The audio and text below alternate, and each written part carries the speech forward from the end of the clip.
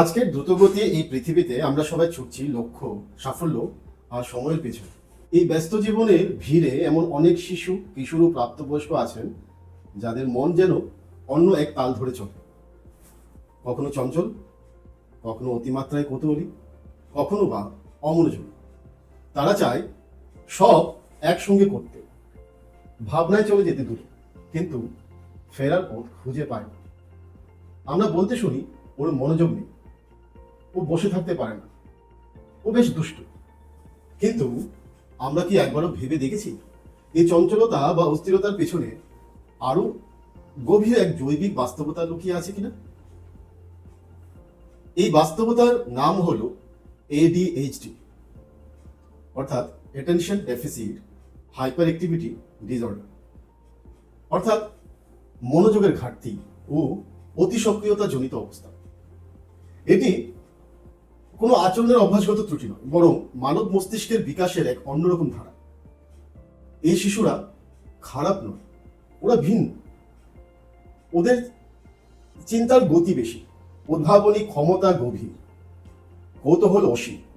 শুধু প্রয়োজন বোঝাপড়া, সহানুভূতি ও সঠিক নির্দেশনা।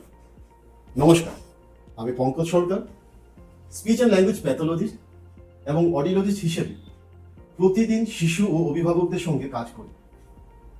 আজ আমি চাই এই আলোচনায় শুধু বিজ্ঞানের তথ্য নয়, মানুষের অনুভূতির কথাও থাকুক, যেখানে অভিভাবকের উদ্বেগ, শিক্ষকের পর্যবেক্ষণ আর আমাদের সকলের সহানুভূতি একসঙ্গে মিলেমিশে একটি বোঝাপড়ার সেতু তৈরি করবে। আমাদের আলোচনা তিনটি প্রধান দিক নিয়ে হবে। নাম্বার 1, ADHD সম্বন্ধে সঠিক বোঝাপড়া ও তার লক্ষণ চেনা। নাম্বার 2, পরিবার, শিক্ষক ও সমাজ কিভাবে এই শিশুদের সহায়তা করতে পারে। আর নাম্বার 3, থেরাপি ও ব্যবস্থাপনার বাস্তব নির্দেশিকা। এটি একটি নিউরো ডেভেলপমেন্টাল ডিসঅর্ডার। ADHD আক্রান্ত শিশুরা সাধারণত তিনটি ক্ষেত্রে সমস্যার সম্মুখীন হয়। মনোযোগ ধরে রাখার অসুবিধা, আমরা যাকে ইনঅ্যাটেনশন নামেও জানি, অতিরিক্ত সক্রিয়তা বা অস্থিরতা বা হাইপার অ্যাক্টিভিটি, অতিমাত্রায় আবেগপ্রবণ আচরণ, ইম্পালসিভিটি। এরা পড়াশোনার সময় মনোযোগ হারিয়ে ফেলে, সহজে বিরক্ত হয়, কাজ অসম্পূর্ণ রেখে দেয়। বৈজ্ঞানিক ব্যাখ্যা যদি বলি আমি, তাহলে মস্তিষ্কের ফ্রন্টাল লোব, বিশেষ করে প্রিফ্রন্টাল কর্টেক্স অংশটি মনোযোগ, পরিকল্পনা ও নিয়ন্ত্রণের কাজ করে। ADHD আক্রান্তদের ক্ষেত্রে এই অঞ্চলের স্নায়ুবাহিত রাসায়নিক যেমন ডোপামিন ও নরএপিনেফ্রিন এর কার্যকারিতা তুলনামূলক কম থাকে, ফলে মনোযোগ ও আচরণ নিয়ন্ত্রণের ক্ষমতায় ঘাটতি দেখা দেয়। লক্ষণ কিভাবে আমরা জানতে পারবো?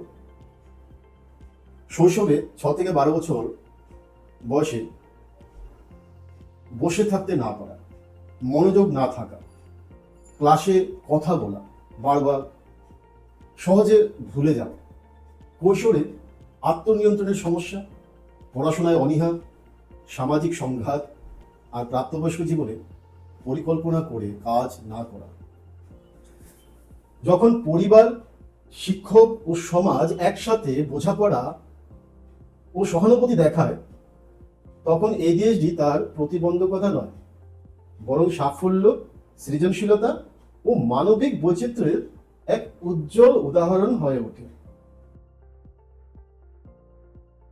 টাইপস নিয়ে যদি আমরা আলোচনা করি, তাহলে চিকিৎসা বিজ্ঞানের শ্রেণীবিভাগ অনুযায়ী প্রিডমিনেন্টলি ইনঅ্যাটেন্টিভ টাইপ, শান্ত দেখায় কিন্তু মনোযোগ ধরে রাখতে পারে না, নির্দেশ অনুসরণে দুর্বল।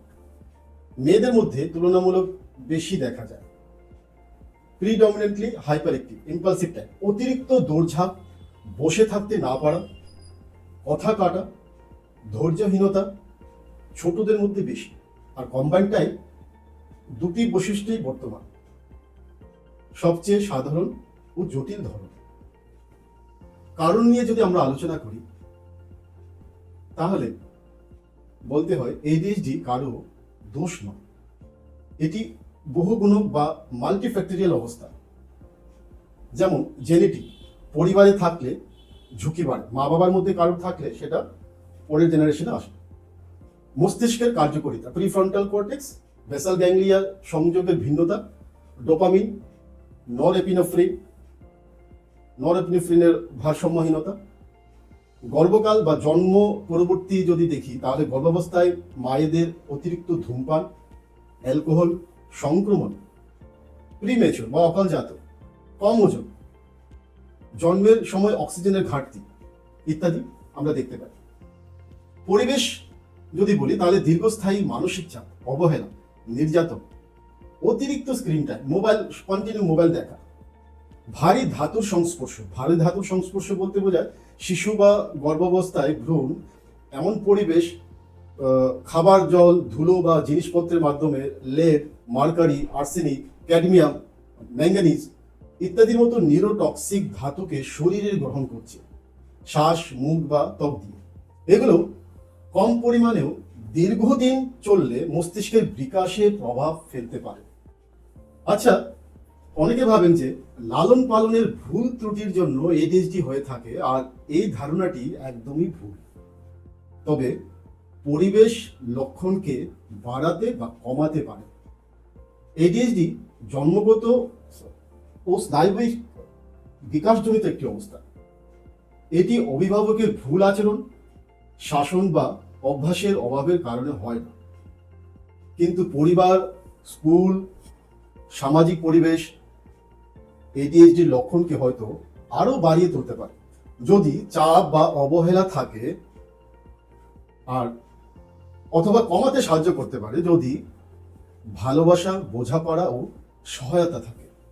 শনাক্তকরণ ও নির্ণয় কিভাবে আমরা করতে পারি? একদিনে বা একটি টেস্টে এডিএইচডি নির্ণয় হয় না। এটি সমন্বিত মূল্যায়ন, আচরণ পর্যবেক্ষণ, যেখানে অভিভাবক, শিক্ষক, থেরাপিস্টের ইনপুট, হিস্ট্রি নেওয়া, গর্ভকালের সময় বা তার আগে মায়ের কি অবস্থা ছিল, বা জন্মের সময় কোনো সমস্যা ছিল কিনা, বা যখন ডেভেলপমেন্টাল এজ পিরিয়ড ছিল, বিকাশের সময়, বা পারিবারিক ইতিহাস বা হিস্ট্রি আমাদেরকে নেওয়া উচিত। কিছু আমরা টুলস বা স্ট্যান্ডার্ড স্কেল ইউজ করি, যেমন কনার্স, ভ্যান্ডারবিল্ট, এডিএইচডি রেটিং স্কেল, সেগুলো আমরা ইউজ করে থাকি। তাছাড়া শিক্ষকের রিপোর্ট, স্কুলের আচরণ, তার পারফরমেন্স কেমন, সেই জিনিসগুলো আমাদেরকে মাথায় রাখতে হবে। আবার ডিফারেন্সিয়াল ডায়াগনোসিসটাকে আমাদেরকে মাথায় রাখতে হবে, যেমন অটিজম, লার্নিং ডিসঅর্ডার, উদ্বেগ বা বিষণ্ণতা ইত্যাদি আমাদেরকে বাদ দিতে হবে। ভুল করে আমরা আবার অটিজমকে আবার এডিএইচডি আবার অনেক সময় অনেকে শনাক্ত করে ফেলি আমরা। এডিএইচডি নির্ণয়ের জন্য DSM-5 অনুযায়ী শিশুর বয়স অনুযায়ী অস্বাভাবিক লক্ষণ 6টি বা তার বেশি থাকতে হবে, যা অন্তত 6 মাস ধরে রয়েছে। অন্তত 2 বা ততোধিক পরিবেশে দেখা যায়, বাড়ি ও স্কুলে, স্কুল ও খেলাধুলায়, পরিবার ও বন্ধুদের সঙ্গে ইত্যাদি। আচরণ বা লক্ষণগুলো শিশুর পড়াশোনা, সম্পর্ক, সামাজিক বা পারিবারিক জীবন, যে কোনো ক্ষেত্রে বাস্তব সমস্যা বা ব্যাঘাত সৃষ্টি করছে কিনা তা দেখা। মানসিক ও সামাজিক প্রভাব, আত্মসম্মান, নিয়মিত বকুনি বা ব্যর্থতার অভিজ্ঞতায় আমি পারি না বিশ্বাস গড়ে ওঠে, ফলে কিশোর বয়সে উদ্বেগ, বিষণ্ণতা বাড়ে। বন্ধুত্ব বা সামাজিকতা যদি দেখা যায় এডিএইচডিদের, নিয়ম না মেনে চলা, নিয়ম না মানা, কথা কাটা, শারীরিক সীমানা না বোঝা, তার ফলে বিচ্ছিন্নতা তৈরি করে। পারিবারিক টানাপোড়েনে তাদের সমস্যা দেখতে পায়, যত্নের চাপ, ভাই বোনের উপেক্ষাবোধ ইত্যাদি। কো এক্সিস্টিং কন্ডিশন বা সহবিদ্যমান সমস্যা যেমন anxiety, depression, learning disorder, conduct problem থাকলে আলাদাভাবে মোকাবিলা জরুরি। সেগুলো নিয়ে আমি পরে আলোচনা করব। অর্থাৎ এডিএইচডি একা নয়, অনেক সময় তার সঙ্গে অন্য সমস্যা একসাথে কো এক্সিস্ট করে। উদাহরণ হিসেবে বললে, অ্যাংজাইটি, শিশু সবসময় চিন্তায় ভোগে, ভয় পায়, নতুন কিছু করতে ভয় পায়। ডিপ্রেশনে মন খারাপ থাকা, আগের মতো আনন্দ পায় না, কারণ তার আত্মবিশ্বাস কমে গেছে। লার্নিং ডিসঅর্ডারে দেখা যায় যে শেখার অসুবিধা হচ্ছে, যেমন পড়ায় অসুবিধা, ডিসলেক্সিয়া, লেখায় অসুবিধা, ডিসগ্রাফিয়া, ডিসক্যালকুলিয়া, যেমন গণিতে অসুবিধা, অঙ্ক করতে অসুবিধা হয়। কন্ডাক্ট প্রবলেম কি? আচরণগত সমস্যা, যেমন নিয়ম না মানা, বারবার ঝগড়া করা, ইচ্ছাকৃতভাবে বিরক্ত করা বা ক্ষতি করা।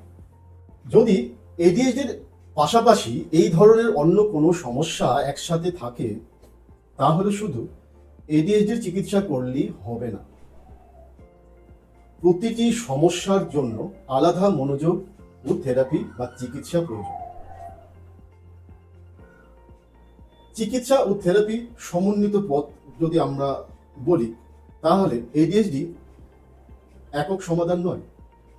খুব ভালো ফল মেলে মাল্টিমোডাল অ্যাপ্রোচ যদি ইউজ করি আমরা, যেমন ওষুধের ক্ষেত্রে বা মেডিসিনের ক্ষেত্রে স্টিমুলেন্স অ্যান্ড নন স্টিমুলেন্স মেডিসিন শুধুমাত্র ডক্টরসদের তত্ত্বাবধানে নেবার প্রয়োজন হতে পারে।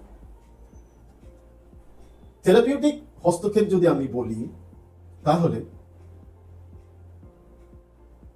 বিহেভিয়ার থেরাপি, সিবিটি বা cognitive behaviour therapy, occupational therapy, speech and language therapy, social skill training এবং প্র্যাকটিক্যাল ম্যানেজমেন্ট, এইসব থেরাপির বিশেষভাবে দরকার পড়ে। আসুন বিস্তারিতভাবে আমরা জেনে নিই কিভাবে এই থেরাপিগুলো আমাদেরকে করতে হবে। যেমন ধরুন বিহেভিয়ার থেরাপি, আচরণগত থেরাপি। মূল ধারণা হচ্ছে এমন এক থেরাপি, বিহেভিয়ার থেরাপিটা এমন এক থেরাপি পদ্ধতি যেখানে শিশুকে শাসন বা শাস্তি দিয়ে নয়, বরং ইতিবাচক উৎসাহ ও ধৈর্যশীল দিক নির্দেশনা দিয়ে ভালো আচরণ শেখানো হয়। এই থেরাপি সাধারণত ছোট শিশু ও স্কুল গোয়িং বাচ্চাদের জন্য সবচেয়ে কার্যকর। সোশ্যাল স্কিল ট্রেনিং, সামাজিক দক্ষতা প্রশিক্ষণ হলো এমন একটি থেরাপি বা প্রশিক্ষণ যেখানে শিশুকে সমাজে ঠিকভাবে মিশতে, সম্পর্ক গড়তে ও নিজের আবেগ নিয়ন্ত্রণ করতে শেখানো হয়।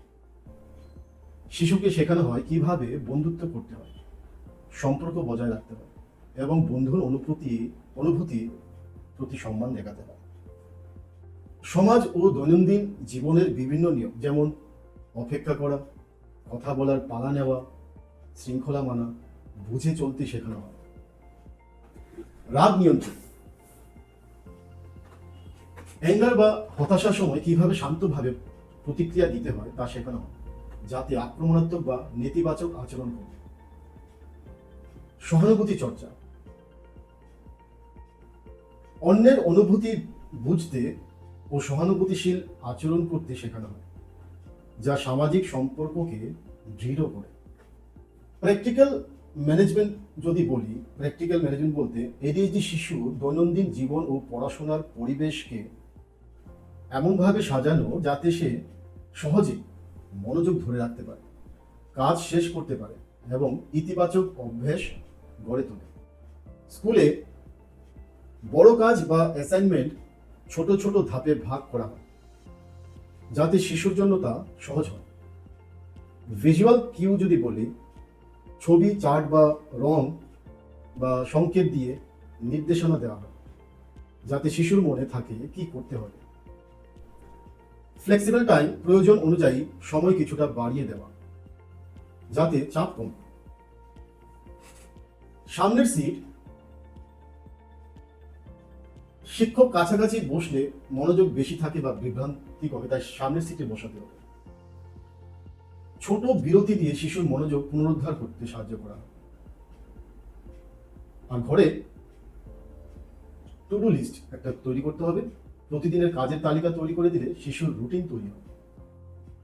কম বিভ্রান্তির বা একটা কোয়াইট কর্নার, এমন একটি শান্ত জায়গা যেখানে সে মনোযোগ দিয়ে পড়তে পারে। স্ক্রিন টাইমের সীমা বেঁধে দেওয়া, মোবাইল বা টিভি ব্যবহারে সীমা রাখলে মনোযোগ নষ্ট হয় না। ছোট সাফল্যে পুরস্কার দেওয়া, ছোট ছোট ছোট অর্জন, যাই অর্জন করুক না কেন তাকে প্রশংসা বা পুরস্কার দিলে আত্মবিশ্বাস বাড়ে। আর বাড়ি এবং স্কুল দুটোরই সমন্বয় থাকা দরকার, কোঅর্ডিনেশন থাকা দরকার, যেখানে মাসিক রিভিউ হবে, মান্থলি রিভিউ, অভিভাবক ও শিক্ষক একসাথে বসে শিশুর অগ্রগতি, সমস্যা ও ভবিষ্যৎ লক্ষ্য আলোচনা করতে হবে। আসুন এবার আমরা আলোচনা করব অ্যাডোলেসেন্স ও অ্যাডাল্টহুড জীবনে এডিএইচডি বা মনোযোগজনিত সমস্যার নানান বাস্তব চ্যালেঞ্জ এবং তার ব্যবস্থাপনার উপায়। কৈশোর বা অ্যাডোলেসেন্স, শিক্ষাজনিত চাপ। এই বয়সে পড়াশোনার সিলেবাস বড় হয়, কাজের পরিমাণ বাড়ে এবং সময় ব্যবস্থাপনার দক্ষতা দরকার হয়। ফলে অনেক কিশোর পরীক্ষা বা পড়াশোনায় উদ্বিগ্ন হয়। তাহলে সমাধান কি? রুটিন তৈরি করা, সময় ভাগ করে পড়া, রিল্যাক্সেশন টেকনিক। এখানে আবেগীয় অস্থিরতা থাকে, হরমোনজনিত পরিবর্তনে রাগ, হতাশা, হঠাৎ সিদ্ধান্ত নেওয়া বা বন্ধুত্বে টানাপোড়েন দেখা যায়। তাহলে সমাধান: আবেগ নিয়ন্ত্রণ শেখানো, বিশ্বাসযোগ্য প্রাপ্তবয়স্কের সহায়তা, সহানুভূতিশীল যোগাযোগ বা কমিউনিকেশন আমাদেরকে করতে হবে, সেবা শেখাতে হবে। ঝুঁকিপূর্ণ আচরণ আরেকটা দিক, বেপরোয়া ড্রাইভিং, মাদক ব্যবহার বা অতিরিক্ত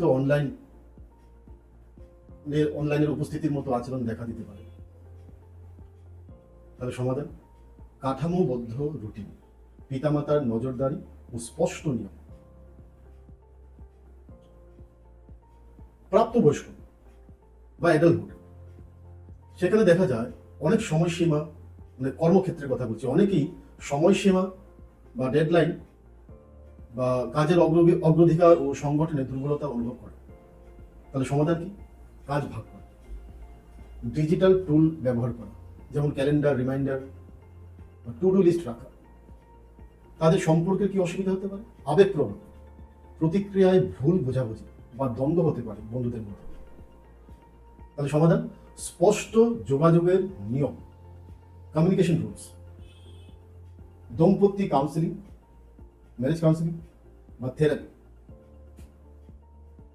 আর্থিক ব্যবস্থাপনাতেও খুব অসুবিধা হয়, হঠাৎ খরচ বা পরিকল্পনাহীন অর্থ ব্যয় দেখা দিতে পারে। জিনিস অনলাইনে কিনে যাচ্ছি, এখানে যাচ্ছি, দরকার নেই তাও আমি কিনে ফেলছি। তাহলে সমাধান: বাজেট তৈরি, অটো পেমেন্ট সেট করা এবং অ্যাকাউন্টেবিলিটি পার্টনার রাখা। সহবিদ্যমান মানসিক স্বাস্থ্য সমস্যা হওয়া, যেমন অ্যাংজাইটি, ডিপ্রেশন বা ঘুমের সমস্যা থাকতে পারে। তাহলে সমাধান হচ্ছে প্রয়োজনে মানসিক স্বাস্থ্য বিশেষজ্ঞের কাছ থেকে পরামর্শ নেওয়া। এডিএইচডি থাকা মানেই দুর্বলতা নয়, বরং এটি এমন এক মস্তিষ্কের ধরন যা অনেক ক্ষেত্রেই অনন্য ক্ষমতা ও সৃজনশীলতা এনে দেয়। এডিএইচডি সম্পন্ন অনেক মানুষের চিন্তা অনেক সময় বক্সের বাইরে যায়, তারা প্রচলিত পথের বাইরে ভাবতে পারে, নতুন ধারণা তৈরি করতে পারে, যা শিল্প, উদ্ভাবন বা সমস্যা সমাধানে দারুণ কাজ করে। তারা সাধারণত খুবই এনার্জেটিক, উচ্ছ্বসিত এবং কোনো বিষয়ে আগ্রহ পেলে তাতে গভীরভাবে জড়িয়ে যেতে পারে। এই এনার্জি তাদেরকে অন্যদের থেকে আলাদা করে তোলে। বিপদ, সংকট বা চাপের পরিস্থিতিতে এডিএইচডি সম্পন্ন ব্যক্তিরা প্রায় দ্রুত ও কার্যকর সিদ্ধান্ত নিতে সক্ষম হয়, যেটা নাকি অন্য স্বাভাবিক বা অন্য ওদের সময় প্যারালাল ওদের বন্ধুরা, অন্য পাশাপাশি যে বন্ধুরা থাকে তারা সেটা সঙ্গে সঙ্গে করতে পারে না। একঘেয়ে বা রুটিন কাজের বদলে যেখানে পরিবর্তন, সৃজনশীলতা বা অ্যাডভেঞ্চার আছে, সেখানে তারা অনেক বেশি উজ্জ্বল করে। যখন এই শক্তিগুলোকে সঠিকভাবে চ্যানেল করা হয় শিক্ষক, পরিবার বা থেরাপিস্টের সহায়তায়, তখন এডিএইচডি সম্পূর্ণ মানুষরা শিক্ষা, শিল্প, ক্রীড়া বা উদ্যোক্তা ক্ষেত্রে অসাধারণ সাফল্য আনতে পারে। তাই এডিএইচডি দুর্বলতা নয়, বরং বৈচিত্র্য ও সম্ভাবনার প্রতীক। তাহলে সমাজের করণীয় কি? সমাজের করণীয়: এডিএইচডি শুধুমাত্র একটি ব্যক্তিগত সমস্যা নয়, এটি সমাজকে বুঝতে হবে এটি সমাজেরও দায়িত্ব সঠিক সচেতনতা ও সহানুভূতি পারে এই মানুষদের জন্য সহায়ক পরিবেশ তৈরি করতে। এডিএইচডি সম্পন্ন শিশু বা ব্যক্তিকে অমনোযোগী বা দুষ্টু বলে দোষারোপ না করে তাদের সমস্যা বুঝে নেওয়া দরকার। বোঝাপড়া ও সহানুভূতি প্রথম পদক্ষেপ। স্কুলে শিক্ষকদের এডিএইচডি সম্পর্কিত প্রশিক্ষণ দিলে তারা শিশুদের আচরণ ভালোভাবে বুঝতে পারে বা বুঝতে পারবে, উপযুক্ত কৌশলে শিক্ষা দিতে পারবে। শিক্ষা ব্যবস্থায় এমন নীতি থাকা উচিত যাতে এডিএইচডি সম্পন্ন শিশুরা বাদ না পড়ে। দরকার পর্যাপ্ত রিসোর্স, থেরাপি ও সহায়ক কর্মী থাকা প্রয়োজন। সিনেমা, সংবাদ বা সামাজিক মাধ্যমে এডিএইচডিকে সমস্যা নয় বরং ভিন্ন ধরনের সক্ষমতা হিসেবে দেখানো উচিত, যাতে সমাজে কলঙ্ক নয় গ্রহণযোগ্যতা বাড়ে। সমাজ যদি বুঝে নেয় তাহলে এডিএইচডি সম্পন্ন ব্যক্তিদের সম্ভাবনাও বিকশিত হবে। এডিএইচডি কোনো অভিশাপ নয়, এটি মানুষের মস্তিষ্কের একটি স্বাভাবিক বৈচিত্র্য। যে শিশু বা ব্যক্তি ভিন্নভাবে ভাবে বা আচরণ করে সে অপূর্ণ নয়, সে কেবল ভিন্নভাবে গঠিত। ভালোবাসা, ধৈর্য, বৈজ্ঞানিক সহায়তা এবং সামাজিক গ্রহণযোগ্যতা, এই চারটি উপাদান মিলেই এডিএইচডি সম্পূর্ণ মানুষদের পূর্ণ সম্ভাবনা প্রকাশ পেতে সাহায্য করে।